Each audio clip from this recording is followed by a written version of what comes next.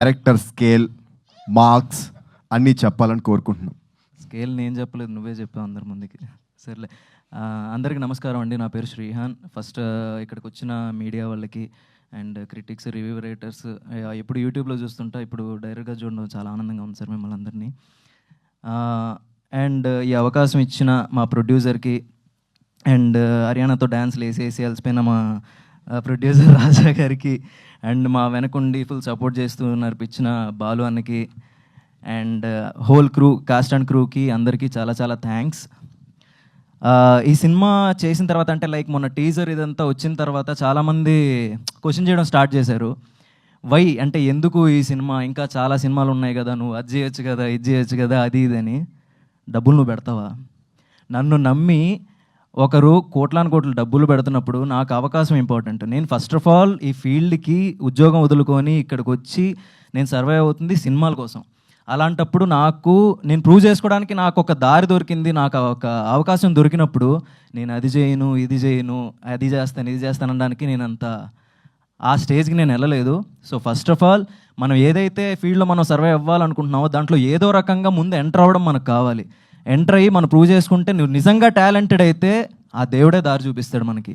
So అలా నమ్ముకొనే ఈ cinema అంటే ఆడిషన్స్ కోసం అని, తర్వాత ఈ సినిమా అవకాశాల కోసం ఇంటి నుంచి బయటికి తిరిగి వెళ్తున్నప్పుడు దారిలో ప్రొడక్షన్ ఆఫీసుల ముందు నుంచి వెళ్తూ ఉంటే ప్రతిసారి అనిపించేది, అరే ఈ ఆఫీస్ నుంచి ఎప్పుడో ఏదో ఒక రోజు ఆఫీస్ నుంచి పిలుపు రావాలి అని. అలాంటి టైంలో గట్టిగా మేనిఫెస్ట్ చేసుకున్న టైంలో రాజా తరపుని రాజ్గురు ఫిలిమ్స్ నుంచి నాకు ఈ కాల్ వచ్చింది. వచ్చిన తర్వాత ఈ క్యారెక్టర్ విన్న తర్వాత కొంచెం ఛాలెంజింగ్ రోలే అనిపించింది. ఫస్ట్ ఆలోచించా, దాని తర్వాత కొంచెం డేర్ చేసైనా సరే ఇది చేసుకుంటే నేనేంటో ప్రూవ్ చేసుకోగలను అన్న నమ్మకం వచ్చి ఇది చేయడం జరిగింది. Completely ultimate youth target movie ఇది. అంటే లైక్ మిగతా మూవీస్కి అన్నీ చెప్తుంటారు దీంట్లో ఫ్యామిలీస్ చూడడానికి, అవి చూడడానికి అన్నీ ఉన్నాయి మిక్స్డ్ అని. మేము అలా చెప్పాం, ఓన్లీ యూత్ కోసమే చేసాం. యూత్కి ఏది కావాలో అదే ఉంటుంది. పాడైపోవడానికి కావాల్సినవి ఉన్నాయి అండ్ మంచి నేర్చుకోవడానికి కావాల్సినవి ఉన్నాయి. దాంట్లో ఏది తీసుకోవాలో ఏది తీసుకోకూడదో మీ ఇష్టం. సో వన్ మోర్ థింగ్, రీసెంట్గా యాంటీ డ్రగ్స్ మీద ఇనిషియేషన్ తీసుకొని మొన్న రేవంత్ రెడ్డి గారు వీళ్ళందరూ మాట్లాడారు. సో దాని గురించి దీంట్లో కూడా, ఈ సినిమాలో కూడా కొన్ని పాయింట్స్ మేము చెప్పాము.